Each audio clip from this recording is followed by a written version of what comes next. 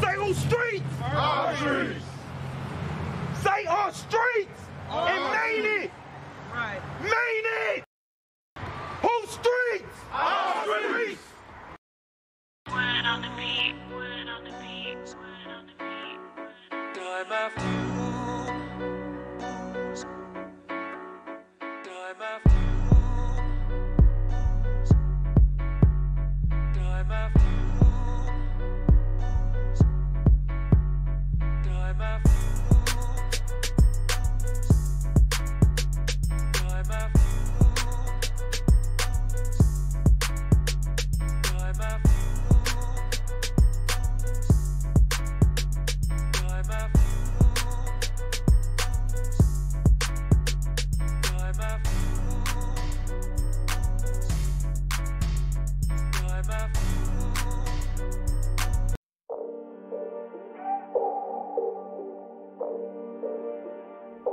What up, it's your boy Bass, and y'all tuned in to another episode of Ian's Podcast. Today, man, we gonna take it all the way to the West Coast, man, and to one of the old school greats. And no, we not talking about Snoop Dogg, but he out there on the same level. You might not be too familiar, I don't know, depending on how old you is. If you 18 or younger, you probably hip, because he been on a few G-Eazy songs and stuff like that. He's still relevant to this day doing music, and I'm talking about E-40. You know, shout out to the Bay going dum, dum, dum. You know, being from Detroit, man, the Bay and the D got that.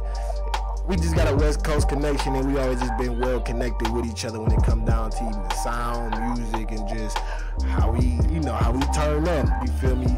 If y'all see in the old previous episode, we was talking about, you know, the car culture. We both into the, burnouts. But we got Sunday Fun Day, and they got their same thing. We turn up in the streets, man. We do little donuts, you feel me, in our muscle cars. They got their same type of cars. And this goes on in the D, that goes on in the Bay. But that's neither here nor there. We're going to be talking about entrepreneurship. We're going to be talking about hip-hop, man. We're going to be talking about legends. And we're going to be talking about basically taking and investing. For me, the art of hustle, taking that flip and being able to flip. Basically, just one talent to another talent, man. And starting out, like, we just gonna be talking about E-40, man. And if you're not familiar with E-40, man, E-40 been in the game for a while. And when I say while, I mean a while. He been in the game for about 30 years. E-40, he from the Bay, coming out from the Bay. And basically, when he first came into the game, man, he came into the game real early on. When he came into the game, that was during the time where, you feel me, you had the West Coast, the East Coast, whatever going on, and that's when that West Coast music really started to bump. But then being able to stay relevant, he been able to stay relevant, man. It's just like we said, like for 30 years. I think like he like 50 or 52 or something like that. But he ended up starting like his first entrepreneurial grind. Well, he been an entrepreneur before then, but we ain't gonna talk about that. But we talking about his first entrepreneurial grind was being the founder of Sick Wit Records. You feel me? Which he still is the founder of today. And Sick Wit Records, if y'all not really too much familiar with it, they got Nefta Pharaoh, O&B Peasy, and you feel me, Be Legit. Just a few artists, just to, just name drop and throw out there that's that's making a lot of noise right now.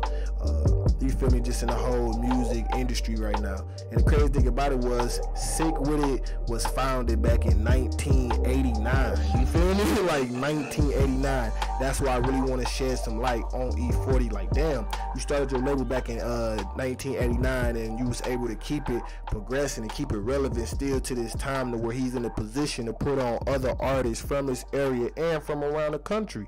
You feel me? And as a black man, I feel like, that deserves a round of applause, especially when we want to talking about, entrepreneurship, you feel me, making the most out of your current circumstance, and just the art of hustle, being able to flip, you feel me, one talent into another talent, and just, you feel me, being able to utilize that to, to prepare yourself in this world, to propel, I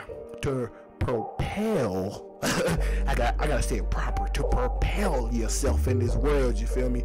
Long story short, but just going, just back into E-40, man. I don't know if y'all remember that song, Tell Me When to Go.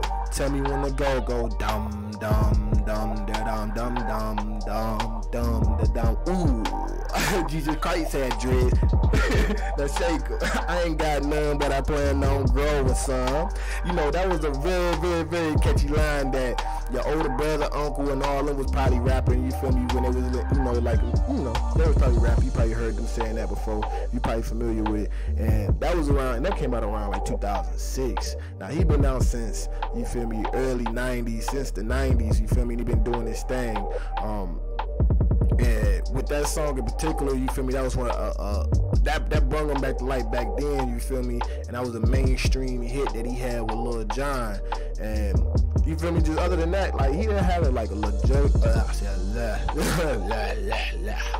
I mean, he didn't have a good career, you feel me, like, it's as far as a rapper, especially when the time he came out.